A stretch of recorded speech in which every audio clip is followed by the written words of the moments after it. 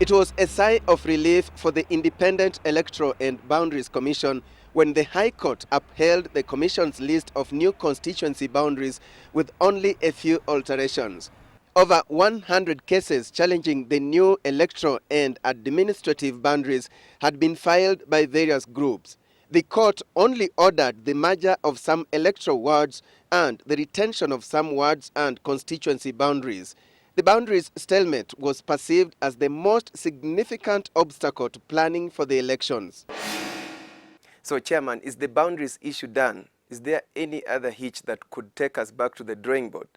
You know, Alex, that is an area where it is the Constitution and the Elections Act and the IEBC Act are not very clear. There are those who argue that there is a right of appeal to the Court of Appeal, and that therefore you can appeal. Already some lawyers have filed notice of appeal, while our lawyers are arguing that this was a special court which had a special mandate for this particular issue, and the 90 days which are stipulated in the Constitution were already exhausted by the special bench, and therefore there's no right of appeal. I guess so once anybody goes to the Court of Appeal, the lawyers for IEBC will be instructed to raise a preliminary objection on a point of law on the issue of whether actually an appeal lies or not. The Commission's chairman is optimistic. However, with the electoral process already running behind schedule, any court injunction at the moment would be a big threat to the planning process. We'll only stop if the appeal succeeds or if the Court of Appeal issues an injunction restraining the Commission from going on with this exercise until the appeal is heard, which is going to really throw a spanner in the works and may put a spin into the electoral process. We are working on conducting completing the mapping of the polling stations in the course of this month of July, and also conducting voter education on the new boundaries.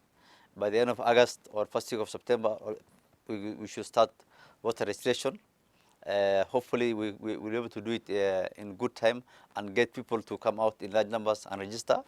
And after that, we will now conduct the inspection of the register of voters and compilation of the register of voters, and then now start monitoring political party primaries. After the boundaries issue, the next assignment for the Commission is voter education and registration of voters. However, sources tell Citizen TV all is not well as far as the tendering and procurement of the 3.9 billion shilling electronic voter registration equipment is concerned. Inside sources say there is serious lobbying for the tender, with powerful external forces pushing for the approval of certain companies. It is feared that the woes could lead to the cancellation of the tender process, causing serious delays as it takes at least 6 months to complete the process. Alex, there are no boardroom wars, there are no vendor wars or any other kind of wars. What we have is a little bit delay in the procurement process. As you know, the chairman and the commissioners don't have no role in the procurement process not only this commission but all other commissions. It is the management that actually reports to the commission on how they have conducted the procurement process. And yes, we are getting concerned about the delay in awarding the tender and making sure that we now start the preparation for the voter registration exercise. And we as a commission have given the secretary and the management up to, a deadline until the next week. We need to have this issue finalized. The 3.9 billion shilling tender is the biggest tender ever to be handled by an electoral body in Kenya. And should the IEBC revert to the manual voter register, then the intended purpose of enhancing efficiency and preventing manipulation of the register may not be achieved. But the chairman is confident that efficiency and integrity of the roll of voters will not be compromised. So there will be 3 levels of checks. One is, of course, your ID card, which is unique to you, will be the first level of check. The second level of check will be your photograph, and then your fingerprints. Although actual voting will still be manual, the IEBC says electronic registers will help deal with loopholes that could lead to rigging.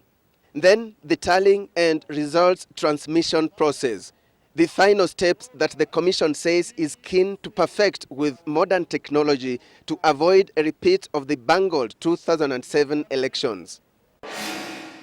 The issue is human intention. For instance, someone switching off the machine or adding, subtracting figures, when the figure comes back, it's totally different. That could be quite chaotic. Of course, it happened during the referendum. You remember very well when the results came all at once, and we had to stop the screening and add it up together and give it to the as one result. Now, if that happens, if any officer tampers with the results, under the law, that officer carries a personal liability for the management of the results.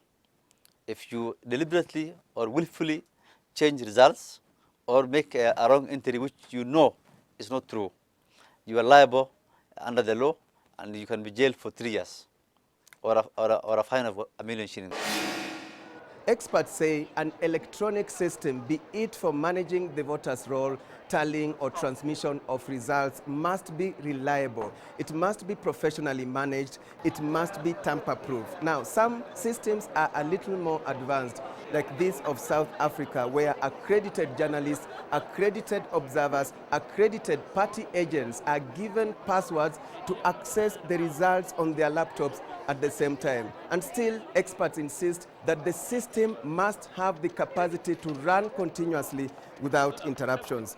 Otherwise, you can imagine a situation where it goes off, then comes back with different results duly.